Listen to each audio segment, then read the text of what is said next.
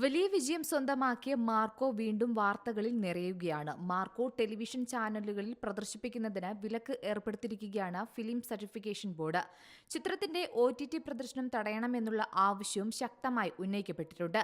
Sony ലിവിലാണ് Marco ഇപ്പോൾ stream ചെയ്യുന്നത്. അതിനിടയിൽ മറ്റൊരു OTT പ്ലാറ്റ്ഫോമിലേക്ക് കൂടി ചിത്രം എത്തിയിരിക്കുകയാണ്. ആമസോൺ പ്രൈമാണ് മാർക്കോയുടെ സ്ട്രീമിംഗ് അവകാശം പുതുതായി സ്വന്തമാക്കിയിരിക്കുന്നത്. മാർക്കോയുടെ ഹിന്ദി പതിപ്പാണ് പ്രൈമിൽ കാണാൻ സാധിക്കുക. ഹനീഫ് അത്തേനി ഉണ്ണിമുകുന്ദൻ കൂട്ടുകെട്ടിൽ പിറന്ന ബ്ലോക്ക് ബസ്റ്റർ ചിത്രമാണ് മാർക്കോ. ഡിസംബർ 20-നായിരുന്നു ചിത്രം തിയേറ്ററുകളിൽ എത്തിയത്.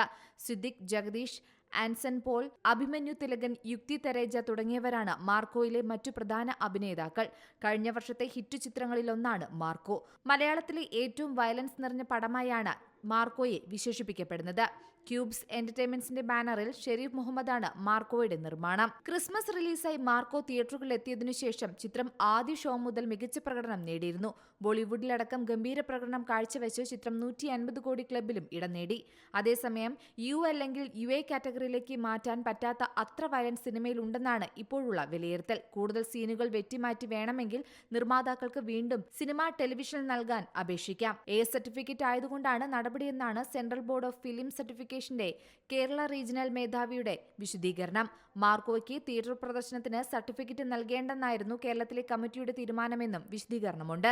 Entertainment desk, Zee Malayalam news. ഏറ്റവും പുതിയ വാർത്തകളും വിശേഷങ്ങളും വിരൽ തുമ്പിലറിയാൻ സി മലയാളം ന്യൂസ് എല്ലാ ഡിജിറ്റൽ പ്ലാറ്റ്ഫോമുകളിലും ലഭ്യം.